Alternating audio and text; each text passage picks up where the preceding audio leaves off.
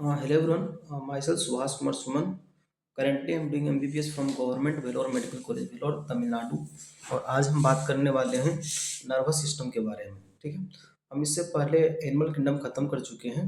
ठीक है, आपको अगर एनसीईआरटी रिवीजन करने में, चूंकि हम ये एनसीईआरटी रिवीजन सीरीज चला रहे हैं, तो आपको अगर रिवीजन करने में प्रॉब्लम आ रहा है, ठीक है ना, तो आप मेरा ये वीडियो देख सकते हो आराम से, जो एनिमल किंगडम खत्म कर चुके हैं। ठीक है, और आपको अगर किसी भी तरह का इससे अगर पढ़ने से अगर लाभ होता है, तो आप इस चैनल को लाइक कर सकते, कमेंट कर सकते, शेयर एंड सब्सक्राइब कर सकते हैं। ठीक है, तो सबसे पहले अभी यहाँ पे हम न्यूरल सिस्टम स्टार्ट करते हैं। तो जब हम न्यूरल सिस्टम स्टार्ट करते हैं तो देखो क्या होता है कि अपने बॉडी में जो होता है ना, ऑर्गन हो या ऑर्गन सिस्टम हो, उसका फंक्शन जो होता है ना कोऑर्डिनेटेड होता है। अभी जो कोऑर्डिनेटेड होता है तो इसको कोई कोऑर्डिनेट करता होगा, इसको कोऑर्डिनेट करता है neural system and endocrine system. जो न्यूरल सिस्टम का कोऑर्डिनेशन होता है वो पॉइंट टू पॉइंट होता है। दूसरी बात, ये क्विक होता है, यानी ये फास्ट होता है। ठीक है, तीसरी बात, ये शॉर्ट लिव्ड होता है, यानी आया और खत्म हो गया। ठीक है, ये होता है न्यूरल कोऑर्डिनेशन। अब दूसरा कोऑर्डिनेट कौन कर सकता है, चूंकि दो कोऑर्डिनेट करता है, कहते हैं न्यूरल सिस्टम एंडोक्राइन सिस्टम। तो एंडोक्राइन सिस्टम का जो कोऑर्डिनेशन होता है वो थ्रू हार्मोन्स होता है, और इसका जो कोऑर्डिनेशन होता है वो स्लो होता है। दूसरी बात, ये लॉन्ग लास्टिंग होता है। ये असर दिखाता है स्लोली स्लोली, बट इसका असर जो होता है ना लंबे समय तक के लिए होता है। किसका? एंडोक्राइन सिस्टम का। जबकि जो न्यूरल सिस्टम का जो कोऑर्डिनेशन होता है वो फास्ट होता है, लेकिन इसका जो ड्यूरेशन होता है बहुत कम होता है। ठीक है, अभी हम कोऑर्डिनेशन का बात करें तो कोऑर्डिनेशन होता क्या है, कोऑर्डिनेशन करते क्यों हैं? किसके लिए करते हैं? होम्योस्टेसिस को मेंटेन करने के लिए। अभी होम्योस्टेसिस क्या होता है? इंटरनल बॉडी इन्वायरमेंट को मेंटेन करना ही होम्योस्टेसिस कहलाता है। ठीक है, तो ये फर्स्ट पेज पे आपको इंट्रोडक्शन में इतना लिखा हुआ है। उस पर से अगर बात करते हैं तो देखो ये न्यूरल सिस्टम आता है। ठीक है, अब ये जो न्यूरल सिस्टम है, ठीक है, जो न्यूरल सिस्टम होता है वो बना होता है, किससे बना होता है? आपको न्यूरॉन से बन के बना होता है। अब ये न्यूरॉन क्या होता है? ये क्या कर सकता है आपको? न्यूरॉन न्यूरॉन कर क्या सकता है? ये डिटेक्ट कर सकता है इम्पल्स को, ये रिसीव कर सकता है, ये ट्रांसमिट कर सकता है। किसको? इम्पल्स को। क्या क्या कर सकता है? डिटेक्ट कर सकता है, रिसीव कर सकता है, और ट्रांसमिट कर सकता है इम्पल्स को। अब क्या, एनिमल किंगडम में वर्टिब्रेट तथा इनवर्टिब्रेट पर है। तो जो इनवर्टिब्रेट होता है ना उसमें न्यूरल सिस्टम जो तो उतना डेवलप नहीं होता है, जबकि ज़्यादा डेवलप किस में होता है? आपको वर्टिब्रेट में। अब इनवर्टिब्रेट में जैसे कि हाइड्रा हो गया, हाइड्रा में जो नर्वस सिस्टम होता है वो नेटवर्क ऑफ न्यूरॉन से मिलकर बना होता है। अब हाइड्रा से ज़्यादा डेवलप कौन है? इंसेक्टा। यहाँ पे क्या होता है कि जो नर्वस सिस्टम होता है वो बना होता है ब्रेन से, उसके साथ यहाँ क्या प्रेजेंट होता है आपको? गैंग्लिया। उस पर से क्या प्रेजेंट होता है? Neural tissue. ठीक है, यानी जो इंसेक्ट होता है उसमें जो न्यूरल सिस्टम होता है वो ज़्यादा डेवलप होता है। किससे? हाइड्रा से। क्योंकि हाइड्रा में सिर्फ और सिर्फ क्या पाया जाता था? Network of neuron. लेकिन यहाँ पे प्रेजेंट होता है ब्रेन एलोंग विथ गैंग्लिया तथा न्यूरल टिश्यू। अब ये तो इन जनरल पढ़ लिया। अभी अब बात करेंगे किसका? अभी बात करेंगे हम ह्यूमन न्यूरल सिस्टम का। तो जो ह्यूमन न्यूरल सिस्टम होता है ना, इसमें दो चीज आता है, सीएनएस एंड पीएनएस। सीएनएस मतलब सेंट्रल नर्वस सिस्टम, पीएनएस मतलब पेरिफेरल नर्वस सिस्टम। जो सीएनएस होता है उसमें कौन कौन आता है? Brain and spinal cord. तथा जो सीएनएस है ये साइट है किसका? इंफॉर्मेशन प्रोसेसिंग एंड कंट्रोल का। ठीक है, जो पीएनएस होता है, पीएनएस किससे बनता है? जो नर्व एसोसिएटेड होता है सीएनएस से, यानी ब्रेन एंड स्पाइनल कॉर्ड से जो नर्व एसोसिएटेड होता है वो फॉर्म करता है पीएनएस को। अब जो नर्व एसोसिएटेड होता है सीएनएस यानी ब्रेन एंड स्पाइनल कॉर्ड से, वो कौन होता है? स्पाइनल नर्व तथा क्रेनियल नर्व, यानी spinal nerve and cranial nerve भी पीएनएस का फॉर्मेशन करेगा। ठीक है, अब जो फाइबर होता है, नर्व फाइबर जो होता है पीएनएस का, वो दो तरह का होता है। एक एफरेंट फाइबर होता है, दूसरा इफरेंट फाइबर होता है। जो एफरेंट फाइबर होता है वो इम्पल्स को सेंट्रल नर्वस सिस्टम की ओर ले जाता है। ठीक है, यानी कोई जो सेंसरी इम्पल्स होता है, ठीक है, वो उसको कौन ले जाता है? एफरेंट न्यूरॉन किधर की ओर ले जाता है? आपको सीएनएस की ओर। और जो एफरेंट न्यूरॉन होता है उसे सेंसरी न्यूरॉन भी कहते हैं। जबकि जो मोटर न्यूरॉन होता है वो रेगुलेटरी इम्पल्स को, यानी जो मैसेज होता है उसको सीएनएस से इफेक्टर ऑर्गन की ओर ले जाता है, यानी अवे फ्रॉम ले जाता है सीएनएस से। इसे हम मोटर न्यूरॉन भी कहते हैं। ठीक है, अब अगर बात किया जाए जो पीएनएस होता है, इसमें दो डिवीजन होता है। कौन कौन होता है? इसमें सोमेटिक नर्वस सिस्टम होता है और ऑटोनोमिक नर्वस सिस्टम होता है। जो सोमेटिक नर्वस सिस्टम होता है वो इम्पल्स को सीएनएस से स्केलेटल मसल्स की ओर ले जाता है, जबकि जो ऑटोनोमिक नर्वस सिस्टम होता है वो इम्पल्स को सीएनएस से कहाँ ले जाता है आपको, ये आपको इन्वोलेंट्री ऑर्गन के पास ले जाता है तथा स्मूथ मसल्स के पास ले जाता है। अब जो ऑटोनोमिक नर्वस सिस्टम है इसमें फिर दो चीज आता है, एक आता है सिंपैथेटिक नर्वस सिस्टम, दूसरा क्या आता है पैरासिम्पैथेटिक नर्वस सिस्टम। ठीक है, अब बात करते हैं स्ट्रक्चर ऑफ न्यूरॉन के बारे में। तो न्यूरॉन में जो होता है ना वो तीन चीज से मिलकर बना होता है, एक सेल बॉडी होता है, ठीक है। स्ट्रक्चर अब बात करते हैं यहाँ पे स्ट्रक्चर ऑफ न्यूरॉन के बारे में बात करते हैं। तो जो न्यूरॉन होता है वो तीन चीज से मिलकर बना होता है। क्या क्या होता है, सबसे पहला डेंड्राइट होता है, फिर सेल बॉडी होता है, फिर एक्सॉन होता है। देखो ये जो है अपना, ये आपको हो गया डेंड्रॉन, ये हो गया साइटोन जिसे सेल बॉडी कहते हैं, और ये हो गया एक्सॉन। ठीक है, अब जो साइटोन यानी सेल बॉडी जो होता है उसके पास साइटोप्लाज्म होता है, इसके साथ यहाँ पे क्या होता है सेल ऑर्गेनिल होता है और निसल्स ग्रेन्यूल होता है। निसल्स ग्रेन्यूल कहाँ कहाँ पाया जाएगा, डेंड्रॉन में जिसे डेंड्राइट भी कहते हैं, और दूसरा साइटोन जिसे सेल बॉडी कहते हैं, बट ये एब्सेंट होता है आपको एक्सॉन में। ठीक है, अब जो इम्पल्स का जो ट्रांसमिशन होता है जो डेंड्राइट करता है वो इम्पल्स का ट्रांसमीटर सेल बॉडी की ओर करता है, जबकि जो एक्सॉन होता है वो सेल बॉडी से इम्पल्स को दूर ले जाता है यानी away from the cell body होता है। ठीक है, उस पर से एक्सॉन जो होता है उसका जो डिस्टल इंड यानी जो टर्मिनल इंड होता है, जैसे ये हो गया, ये सब क्या है ब्रांच्ड है। ठीक है, आपको जो इसका टर्मिनल इंड होता है वो ब्रांच होता है, और जो ब्रांच जो जितना भी ब्रांच होता है वो टर्मिनेट होता है यानी खत्म होता है। देख रहे हो ये खत्म हो रहा है बल्ब लाइक। ठीक है, आपको ये खत्म होता है, ठीक है, आपको बल्ब लाइक स्ट्रक्चर में, जिसे हम साइनेप्टिक नोब कहते हैं। अब ये साइनेप्टिक नोब होता है यानी ये जो तुम देख रहे हो बल्ब लाइक स्ट्रक्चर, इसे साइनेप्टिक नोब कहते हैं। और इस साइनेप्टिक नोब में क्या होता है साइनेप्टिक वेसिकल्स होता है। साइनेप्टिक नोब में साइनेप्टिक वेसिकल होता है जिसमें न्यूरोट्रांसमीटर होता है, और ये न्यूरोट्रांसमीटर आगे जाके पढ़ेंगे कि ये नर्व इम्पल्स बात करता है आपको इम्पल्स कंडक्शन में आपको हेल्प करता है। कैसे करता है आगे पढ़ेंगे। उस पर से अगर बात किया जाए, जो न्यूरॉन होता है वो कई तरह का होता है। यहाँ पे हम तीन तरह का पढ़ेंगे, मल्टीपोलर न्यूरॉन, बाइपोलर न्यूरॉन तथा यूनिपोलर न्यूरॉन। अब ये तीन तरह का न्यूरॉन होता है, उसका कुछ तो बेसिस रहा होगा। तो बेसिस क्या है, on the basis of number of axon and number of dendron. ठीक है, इसके बेसिस पे हम जो न्यूरॉन होता है उसको तीन भाग में डिवाइड किए। कौन कौन, मल्टीपोलर, बाइपोलर और यूनिपोलर।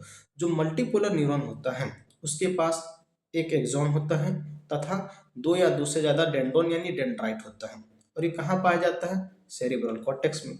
जो बाइपोलर न्यूरॉन होता है इसके पास एक एक्सॉन होता है और एक डेंड्रॉन होता है तथा ये कहाँ पाया जाता है आपको रेटिना ऑफ आई में। तथा यूनिपोलर न्यूरॉन में सेल बॉडी के साथ साथ सिर्फ और सिर्फ एक एक्सॉन होता है तथा कहाँ पाया जाता है एम्ब्रॉयनिक स्टेज में। उस पर से अगर बात किया जाए तो यहाँ पे माइलिनोजेनेसिस का चर्चा किया है। देखो एनसीईआरटी में सिर्फ और सिर्फ सीएनएस के बारे में बोला है, ने पीएनएस के बारे में बोला है। हम सीएनएस एंड पीएनएस दोनों को बताते हैं। ठीक, तो माइलिनोजेनेसिस मतलब क्या होता है, फॉर्मेशन ऑफ माइलिन शीथ। तो ये माइलिन शीथ जो होता है ना ये व्हाइट कलर का होता है। ठीक है, तो हम माइलिनोजेनेसिस सीएनएस एंड पीएनएस दोनों का बात करते हैं। तो सीएनएस में जो माइलिनोजेनेसिस का काम करता है वो ओलिगोडेंड्रोसाइट सेल करता है, जबकि जो पीएनएस होता है उसमें जो माइलिनोजेनेसिस का काम करता है वो कौन करता है, श्वान सेल्स करता है। देखो सीएनएस में अगर माइलिनोजेनेसिस होगा तो ओलिगोडेंड्रोसाइट सेल्स प्रेजेंट होगा, और अगर नहीं होगा तो वहां पे ओलिगोडेंड्रोसाइट सेल्स अब्सेंट होगा। ठीक है, जबकि पीएनएस में अगर माइलिनोजेनेसिस हो या फिर ना हो, यानी पीएनएस में माइलिनोजेनेसिस हो या फिर ना हो, दोनों केस में श्वान सेल्स प्रेजेंट होता है। ठीक है, तो अगर बात की पीएनएस में कौन कौन आता है, सोमेटिक एंड ऑटोनोमिक। ठीक है, और उस पर से अगर बात किया जाए, और ये पीएनएस का फॉर्मेशन कौन करता है, सोमेटिक बात करता है क्रेनियल नर्व तथा स्पाइनल नर्व्स। ठीक है, तो अगर एनसीईआरटी के उस पर से देखो, जो सीएनएस हो या फिर पीएनएस हो, दोनों में माइलिनेटेड न्यूरॉन भी होता है और अनमाइलिनेटेड न्यूरॉन भी होता है। अब एनसीईआरटी में क्या किया है कि आपको थोड़ा सा कंफ्यूजिंग लगेगा, लेकिन हम बता दें कि यहाँ पे पीएनएस का बात की तो सिर्फ पीएनएस का बात करते हैं।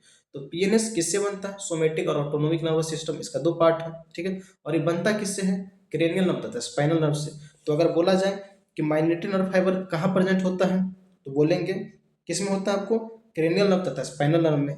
और एक बात करते हैं आपको अनमाइलिनेटेड नर्व फाइबर कहाँ प्रेजेंट होता है, बात autonomic and somatic nervous system में, यानी जो पीएनएस होता है ना, उसमें दोनों तरह का न्यूरॉन पाया जाता है, माइलिनेटेड भी और अनमाइलिनेटेड भी, ठीक है। लेकिन माइलिनेटेड हो या अनमाइलिनेटेड हो, दोनों में श्वान सेल प्रेजेंट रहेगा, ठीक है। अब बात करते हैं हम नर्व इम्पल्स कंडक्शन के बारे में, ठीक है। अगर नर्व इम्पल्स कंडक्शन का बात करते हैं तो न्यूरॉन जो होता है एक्साइटेबल सेल्स होता है। क्यों? क्योंकि इसका मेम्ब्रेन जो होता है पोलराइज स्टेट में रहता है, ठीक है, देयरफॉर ये एक्साइटेबल सेल्स होता है। देखो क्या होता है कि न्यूरॉन जो किसी भी तरह का इम्पल्स का जब कंडक्शन नहीं करता है, यानी जब वो रेस्टिंग स्टेज में होता है, तो जो एक्सॉन का जो मेम्ब्रेन होता है वो मोर परमिएबल होता है पोटासियम आयन के लिए, नियरली इम्परमिएबल होता है सोडियम आयन के लिए, तथा कंप्लीटली इम्परमिएबल होता है निगेटिव चार्ज प्रोटीन। और ये निगेटिव चार्ज प्रोटीन जो होता है इनसाइड द एक्सोप्लाज्म होता है, ठीक है। जिसके कारण से क्या होता है कि जो एक्सोप्लाज्म है उसमें पोटासियम का हाई कंसंट्रेशन होता है, सोडियम का लो कंसंट्रेशन होता है, ठीक है। हाई कंसंट्रेशन होता है पोटासियम का तथा निगेटिव चार्ज आयन का, निगेटिव चार्ज प्रोटीन। देखिए एक्सोप्लाज्म में हाई कंसंट्रेशन होता है किसका? पोटासियम आयन का, निगेटिव चार्ज प्रोटीन का, तथा लो कंसंट्रेशन होता है सोडियम आयन का। जबकि जो फ्लूइड आउटसाइड द एक्सॉन होता है, यानी एक्सॉन से बाहर जो फ्लूइड होता है वहाँ पे लो कंसंट्रेशन होता है पोटासियम आयन का तथा हाई कंसंट्रेशन होता है सोडियम आयन का। देयरफॉर कंसंट्रेशन ग्रेडियंट का फॉर्मेशन हो जाता है, और ये कंसंट्रेशन ग्रेडियंट यहाँ कौन बना रहा है? आयन। देयरफॉर यहाँ पे हम क्या बोलेंगे? आयनिक ग्रेडियंट। अब ये जो आयनिक ग्रेडियंट होता है रेस्टिंग मेम्ब्रेन में, ठीक है, वो किसके द्वारा मेंटेन होता है? सोडियम पोटासियम पंप के द्वारा। अब ये सोडियम पोटासियम पंप कैसा है? ये एक तरह का एक्टिव ट्रांसपोर्ट है, जिसके कारण क्या होता है कि जो सोडियम पोटासियम पंप के कारण क्या होता है, जो आउटर सरफेस होता है एक्सॉन मेम्ब्रेन का, उसके पास पॉजिटिव चार्ज होता है, जबकि जो इनर सरफेस होता है उसके पास क्या होता है? आपको निगेटिव चार्ज होता है। और यही रीजन है कि जो न्यूरॉन का मेम्ब्रेन होता है रेस्टिंग स्टेज में पोलराइज्ड रहता है। उस पर से जो पोटेंस, अब ये जो चार्ज का डिफरेंशियल चार्ज डिस्ट्रीब्यूशन है, इसके कारण से जो पोटेंशियल डिफरेंस डेवलप होता है रेस्टिंग मेम्ब्रेन में, उसे हम क्या बोलते हैं? रेस्टिंग पोटेंशियल, और मोर करेक्टली रेस्टिंग मेम्ब्रेन पोटेंशियल। ये कितना होता है? -70 मिलीवोल्ट। किसके लिए? न्यूरॉन के लिए, ठीक है। अब क्वेश्चन यह आता है कि अगर ये ऐसा बात है तो फिर नर्व जो इम्पल्स का कंडक्शन कैसे होता है? तो कंडक्शन कैसे होता है वो बताते हैं। देखो, जो रेस्टिंग स्टेज में यानी पोलराइज स्टेज में क्या होता है कि जो एक्सॉन का जो बाहर होता है उस पे चार्ज पॉजिटिव, एक्सॉन एक्सोप्लाज्म का जो आउटर लेयर होता है, जो आउटसाइड होता है, बात करते हैं एक्सॉन का जो मेम्ब्रेन होता है आउटसाइड, वो पॉजिटिव चार्ज होता है, और इनसाइड क्या होता है? निगेटिव चार्ज होता है। लेकिन जो ही इम्पल्स आता है तो क्या होता है कि जो एक्सॉन का मेम्ब्रेन होता है ना, वो फ्रीली परमिएबल हो जाता है सोडियम आयन के लिए। और ये जो फ्रीली परमिएबल होता है ना, ये बहुत शॉर्ट लिव्ड होता है। तो अभी बात करते हैं पहले फ्रीली परमिएबल हो जाता है। इसके कारण से क्या होता है कि जहाँ पे इम्पल्स आया वहाँ पे क्या होता है? ज़्यादा सोडियम आयन आउटसाइड से इनसाइड, यानी आउटसाइड से एक्सोप्लाज्म में आ जाता है, जिसके कारण से जहाँ पे जो इम्पल्स आया तो उसके आउटसाइड निगेटिव हो जाता है और इनसाइड पॉजिटिव हो जाता है, और इस कारण से मेम्ब्रेन डिपोलराइज्ड हो जाता है, ठीक है। देखो, अब ये ए है, ए पे क्या हुआ कि इम्पल्स आया, और जो ही इम्पल्स आया तो सोडियम आयन यहाँ पे क्या, तब को बात करते हैं यहाँ पे जो सोडियम के लिए फ्रीली परमिएबल हो गया। अब जो ही सोडियम के लिए फ्रीली परमिएबल यहाँ पे हो गया तो आउटसाइड निगेटिव हो गया और इनसाइड पॉजिटिव हो गया। अब ये ए जो है यहाँ पे ये क्या हो गया? डिपोलराइज्ड हो गया। अब देखो यहाँ पे पॉजिटिव है, देखो ए के साइड पे यहाँ पे इनसाइड इनसाइड देखो पॉजिटिव है और आउटसाइड निगेटिव है, बट बी के पास तो भी मैसेज गया नहीं है, तो बी में क्या है? इनसाइड देखो निगेटिव है और आउटसाइड पॉजिटिव है। और हम सभी जानते हैं कि जो इम्पल्स, जो करंट का फ्लो होता है वो हाई पोटेंशियल से लो पोटेंशियल पे होता है। अब हाई पोटेंशियल कहाँ पे होता है? जहाँ पे ज़्यादा पॉजिटिव चार्ज हो। लो पोटेंशियल कहाँ होता है? जहाँ पे कम पॉजिटिव चार्ज हो या फिर निगेटिव चार्ज हो, तो क्या होता है? लो पोटेंशियल पे। देयरफॉर जो इनसाइड द एक्सॉन यानी एक्सोप्लाज्म में अगर बात किया जाए, जो करंट का फ्लो होगा वो ए से बी होगा, लेकिन आउटसाइड द एक्सॉन, ठीक है, बी से ए होगा करंट का फ्लो। और यही क्या होता है? आपको आगे होते जाता है, ठीक है। इस तरह से करंट का जो होता है ना आपको फ्लो हो जाता है। और ये जो होता है यहाँ पे जो करंट का फ्लो, जिसे इम्पल्स बोलते हैं, जिसे न्यूरल इम्पल्स भी बोल सकते हैं। अब क्या होता है, जो ही जो सेल जो डिपोलराइज्ड होता है, इसके कारण से यहाँ पे पोटेंशियल डेवलप होता है, जिसे हम एक्शन पोटेंशियल कहते हैं। अब ये एक्शन पोटेंशियल का वैल्यू कितना होता है आपको, 30 मिली वोल्ट। ठीक है, आपको एक्शन पोटेंशियल को जो क्या बोलते हैं हम, उसे हम इम्पल्स भी बोलते हैं। ठीक है, और ये 30 मिली वोल्ट होता है। हो गया, समझ में आ गया कैसे कैसे होता है नर इम्पल्स कंडक्शन। अब बात करते हैं ट्रांसमिशन ऑफ इम्पल्स। अब इम्पल्स का ट्रांसमिशन कैसे होता है वो बात करते हैं। ठीक है, तो नर्व इम्पल्स जो होता है ट्रांसमिट होता है एक न्यूरॉन से दूसरे न्यूरॉन में। किसके थ्रू होता है, जंक्शन के थ्रू। और यहाँ पे उस जंक्शन को क्या कहते हैं, साइनेप्स कहते हैं। यानी एक न्यूरॉन से दूसरे न्यूरॉन में जो इम्पल्स जाता है, ठीक है, किसके थ्रू, जंक्शन के थ्रू। और इस जंक्शन को यहाँ पे साइनेप्स कहते हैं। अब साइनेप्स का फॉर्मेशन किससे होता है, प्री साइनेप्टिक मेम्ब्रेन से होता है, पोस्ट साइनेप्टिक मेम्ब्रेन से होता है, और इस दोनों के बीच में जो स्पेस होता है उसे साइनेप्टिक क्लेफ्ट कहते हैं। ये तीनों मिलकर के साइनेप्स का फॉर्मेशन करता है। अब जो साइनेप्स होता है ना, उसमें जो साइनेप्टिक क्लेफ्ट, जो बीच का स्पेस है, pre synaptic and post synaptic membrane के बीच में जो स्पेस है, जिसे साइनेप्टिक क्लेफ्ट कहते हैं, ये प्रेजेंट हो भी सकता है और नहीं भी हो सकता है। ये डिपेंड करेगा कि किस तरह का साइनेप्स है। अब किस तरह का साइनेप्स है, तो साइनेप्स दो तरह का होता है, electrical synapse and chemical synapse. जो इलेक्ट्रिकल साइनेप्स होता है उसमें क्या होता है कि जो एक न्यूरॉन दूसरे न्यूरॉन के बहुत क्लोज कांटेक्ट में होता है, देयरफॉर यहाँ पे जो दोनों के बीच में जो स्पेस, यानी pre synaptic and post synaptic neuron के बीच में स्पेस जो होता है वो अब्सेंट होता है। जैसे जैसे देखो, ये आपको प्री साइनेप्टिक मेम्ब्रेन है, ठीक है, ये पोस्ट साइनेप्टिक मेम्ब्रेन है, और इस दोनों के बीच में जो स्पेस है उससे क्या बोलते हैं, साइनेप्टिक क्लेफ्ट बोलते हैं। तो जो केमिकल साइनेप्स, जो इलेक्ट्रिकल साइनेप्स होता है, उसमें क्या होता है कि जो प्री साइनेप्टिक मेम्ब्रेन और पोस्ट साइनेप्टिक मेम्ब्रेन एक दूसरे के कांटेक्ट में होता है, मतलब बहुत कांटेक्ट होता है, ऐसे जुड़ा होता है, जिसके कारण से क्या होता है, यहाँ पे जो इम्पल्स का कंडक्शन होता है बहुत फास्ट होता है। बट इस तरह का जो साइनेप्स होता है अपने बॉडी में बहुत कम पाया जाता है। लेकिन केमिकल साइनेप्स में ये जो प्री साइनेप्टिक मेम्ब्रेन है और ये जो पोस्ट साइनेप्टिक मेम्ब्रेन, इस दोनों के बीच में स्पेस होता है, फ्लूइड फिल्ड स्पेस, जिसे क्या बोलते हैं, साइनेप्टिक क्लेफ्ट कहते हैं। ठीक है, और यहाँ पे जो इम्पल्स का कंडक्शन तो स्लो होता है, लेकिन ये बॉडी में ज़्यादा पाया जाता है। ठीक है, उस पर से अगर बात करते हैं जो केमिकल साइनेप्स है उसमें कैसे इम्पल्स का जो बात करते हैं ट्रांसमिशन होता है वो देख लेते हैं। अब देखो, जैसे इम्पल्स यहाँ पे आया, एक्सॉन के पास आया, तो ये इसके कारण क्या होता है, जो सिनेप्टिक वेसिकल, ये जो है ना सिनेप्टिक वेसिकल, ये जो सिनेप्टिक वेसिकल है, ये आपको यहाँ पे आने लगता है प्री साइनेप्टिक मेम्ब्रेन के पास। और ये प्री साइनेप्टिक मेम्ब्रेन के पास आकर के ये प्री साइनेप्टिक मेम्ब्रेन से देखो यहाँ पे ये क्या करता है, फ्यूज कर जाता है, और इसमें जो न्यूरोट्रांसमीटर होता है वो प्री बात करते साइनेप्टिक क्लेफ्ट में ये रिलीज कर देता है। अब जो ही ये रिलीज करता है उस पर से क्या करता है, ये जो न्यूरोट्रांसमीटर होता है ये रिसेप्टर से बाइंड कर लेता है अपने रिसेप्टर से, और ये रिसेप्टर कहाँ प्रेजेंट होता है, पोस्ट साइनेप्टिक मेम्ब्रेन पे।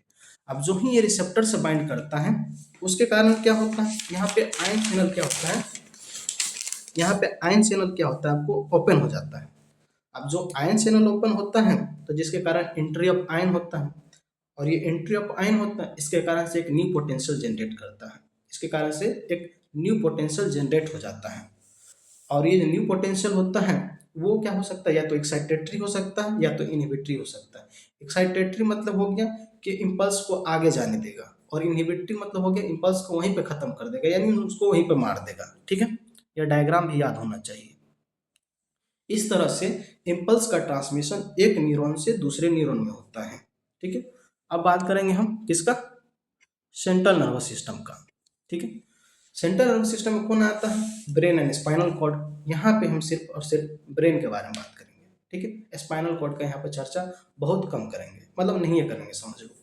तो जो ब्रेन होता है वो सेंटर इंफॉर्मेशन प्रोसेसिंग ऑर्गन होता है, तथा ये कमांड एंड कंट्रोल सिस्टम की तरह काम करता है, तथा ये कंट्रोल करता है वॉलेंट्री मूवमेंट को, बैलेंस ऑफ द बॉडी को, function of vital involuntary organs जैसे कि लंग्स हो गया, हार्ट हो गया, किडनी हो गया।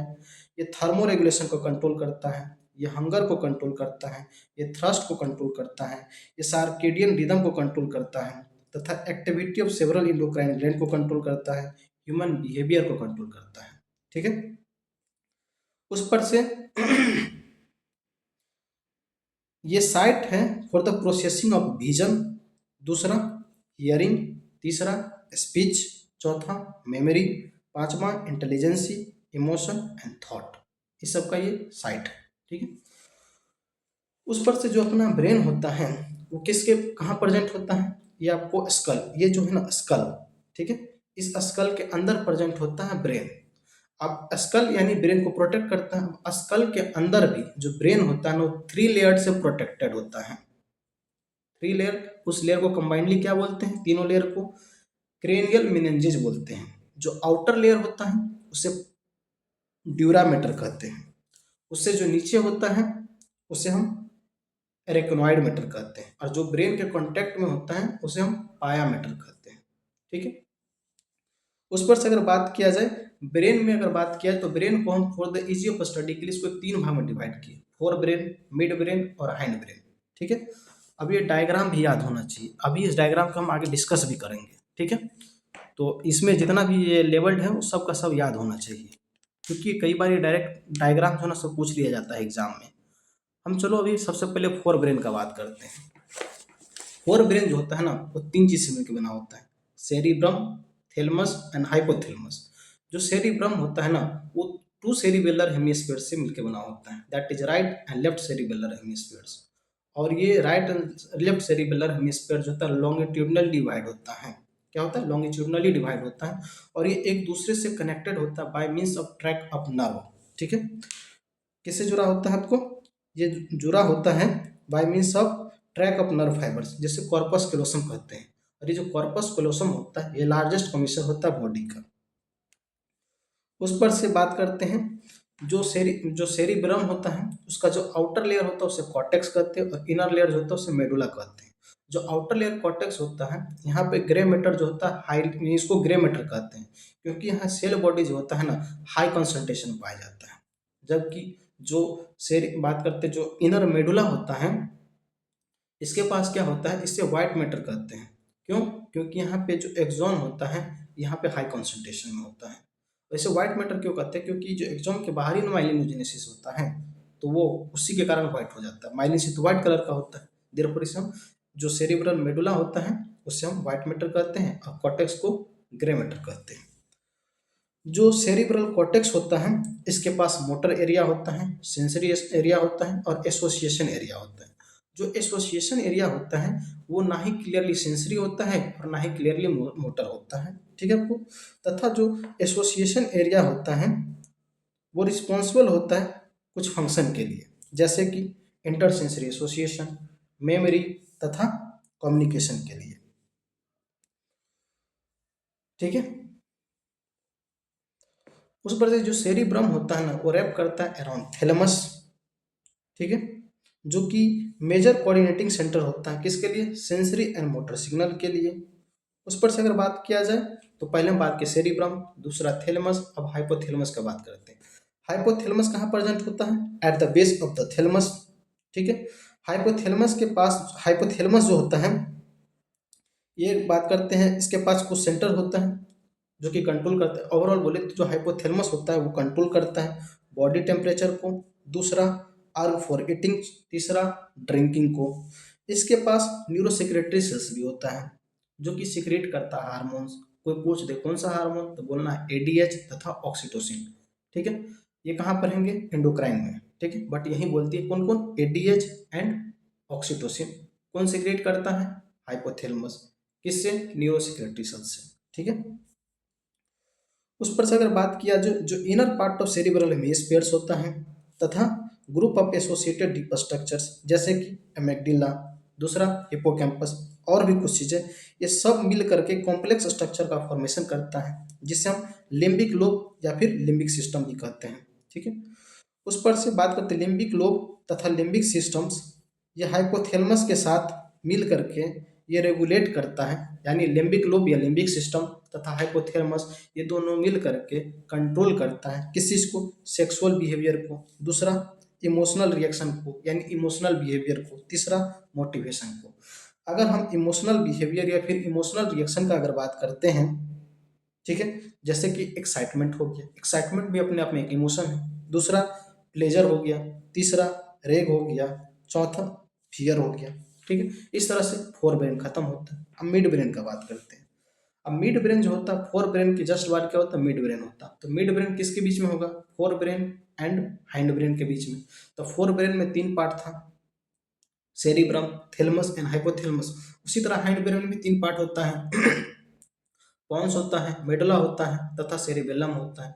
तो जो मिड ब्रेन होता है अपना, वो थैलेमस या फिर हाइपोथैलेमस, क्योंकि थैलेमस के जस्ट नीचे ही तो हाइपोथैलेमस होता है, उसके नीचे होता है। देयरफॉर थैलेमस या फिर हाइपोथैलेमस ऑफ फोर ब्रेन तथा पॉन्स ऑफ हाइंड ब्रेन के बीच में प्रेजेंट होता है अपना मिड ब्रेन।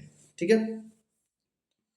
उस पर से इसके पास जो मिड ब्रेन होता है, यहाँ से एक डक्ट पास करता है जिसे हम कैनाल कहते हैं। ठीक है आपको, यहाँ से जो डक्ट पास करता है जिसे हम सेरिब्रल एक्वेडक्ट कहते हैं, जिसे डक्ट ऑफ आइटर भी कहते हैं। ठीक है। तो कोई पूछेगा मिड ब्रेन से कौन सा डक्ट पास करता है या फिर कौन सा कैनाल पास करता है, तो उसे क्या बोलेंगे हम, सेरिब्रल एक्वाडक्ट कहते हैं।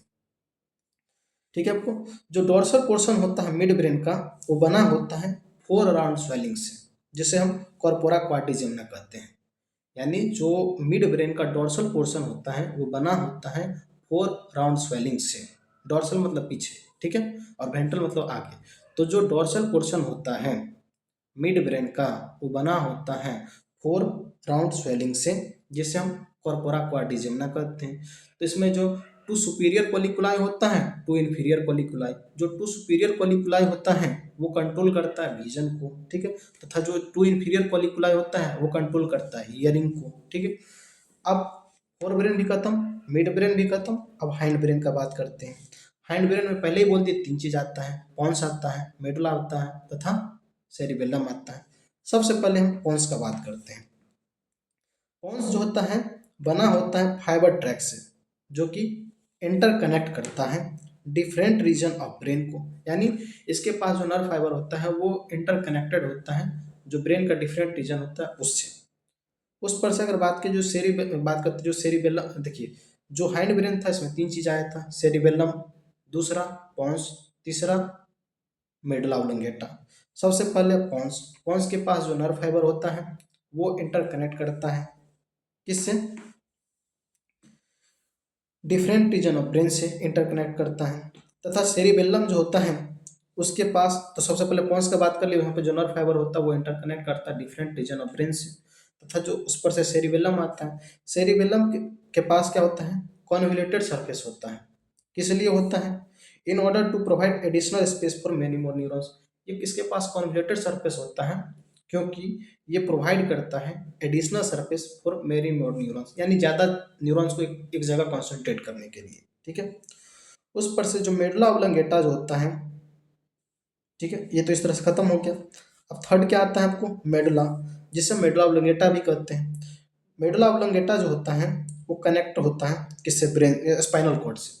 जो हाइंड ब्रेन में तीन चीज आया, कौन सा आया, उससे नीचे क्या होता, मेडुला ऑब्लोंगेटा, उसके बाहर क्या होता है आपको, उससे बाहर क्या होता है आपको, देखो सबसे ऊपर हो गया ये पॉन्स, ये मेडुला, और इस साइड क्या होता है आपको, सेरिबेलम होता है। ठीक है। ये पॉन्स हो गया, मेडुला हो गया, ये सेरिबेलम हो गया। ठीक है। तो जो मेडुला होता है उसके जस्ट नीचे क्या होता है, स्पाइनल कॉर्ड। तो देयरफॉर जो मेडुला ऑब्लोंगेटा होता है वो कनेक्टेड किससे हो गया, स्पाइनल कॉर्ड से। उस पर से मेडुला जो होता है वो कंट्रोल करता है, तीन चीज को कंट्रोल करता है, क्या क्या, रिस्पायरेशन को कंट्रोल करता है, दूसरा कार्डियोवेस्कुलर रिफ्लेक्स को कंट्रोल करता है, तीसरा गैस्ट्रिक सिक्रीशन को। मेडुला क्या क्या चीज को कंट्रोल कर रहा है, सबसे पहला रिस्पायरेशन को, दूसरा सबसे पहला रिस्पायरेशन को, दूसरा कार्डियोवेस्कुलर रिफ्लेक्स को, और तीसरा गैस्ट्रिक सिक्रीशन को। उस पर से ब्रेन स्टेम आता है। ब्रेन स्टेम क्या करता है, कनेक्ट करता है। ब्रेन स्टेम जो होता है फॉर्म करता है कनेक्शन। ब्रेन स्टेम जो होता है वो कनेक्शन का काम करता है किसके बीच में, ब्रेन तथा स्पाइनल कॉर्ड के बीच में। जो ब्रेन स्टेम होता है ना, वो ब्रेन तथा स्पाइनल कॉर्ड के बीच में कनेक्शन का काम करता है। जैसे ये ब्रेन हो गया, ये स्पाइनल कॉर्ड हो गया, इस दोनों के बीच में कनेक्शन का काम कौन करेगा, ब्रेन स्टेम। तब ये ब्रेन स्टेम अगर कनेक्शन का काम करता है तो बना किससे होता है, तीन चीज से। कौन कौन से, मिड ब्रेन, दूसरा पॉन्स, तीसरा मेडुला ऑब्लोंगेटा। दिखाते हैं यहाँ पे। ठीक है। देखो ये तुम्हारा हो गया, इससे ऊपर तुम, ये तुम्हारा मिड ब्रेन हो गया, इसको सेरिब्रल एक्वेडक्ट भी कहते हैं। ये तुम्हारा पॉन्स हो गया, तथा ये क्या हो गया, मेडुला हो गया। ये तीनों मिलकर ब्रेन स्टेम का फॉर्मेशन करता है। अब देखो ये तो ब्रेन है तथा इधर क्या होता है, स्पाइनल कॉर्ड होता है। देखो यहाँ लिखा है स्पाइनल कॉर्ड।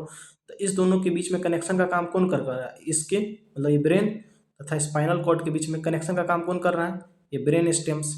ठीक है, ये ब्रेन स्टेम कनेक्शन का काम कर रहा है। ब्रेन स्टेम किससे बना है, सबसे पहला मिड ब्रेन्स, दूसरा पॉन्स, तीसरा मेडुला ऑब्लोंगेटा। समझ में आ गया। अब देखो इस तरह से अपना क्या हो गया, देखो नर्वस सिस्टम्स खत्म हो गया। ठीक है, जो नीट के सिलेबस में वो अपना खत्म हो गया। देखो अगर इस वीडियो से पढ़ने से तुमको कोई हेल्प हो रहा है तो मेरे इस यूट्यूब चैनल को सब्सक्राइब करो, लाइक करो, कमेंट करो, शेयर करो। ठीक है, और वायरल कर दो, आग लगा दो, नीट को पूरा फोड़ दो। देखो नीट में जिससे हम बोले ना ऐसे ऐसे याद रह गया ना तो तुमको समझो प्रॉब्लम नहीं होना है, पूरा का पूरा सॉल्व होगा। ठीक है, और नर्वस सिस्टम जितना हम पढ़ेंगे पूरा जूलॉजी कवर करने वाले हैं। ठीक है, तो जितना हम पढ़ाएंगे उसमें एनसीईआरटी जैसे पढ़ा रहे वैसे तुमको याद हो गया ना तो समझो तुम्हारा सिलेक्शन पक्का है। जूलॉजी तो नहीं रुकेगा रीजन, पूरा जूलॉजी हम कवर करने वाले हैं। तो चलो ठीक है, आज खत्म करते हैं इसको यहीं।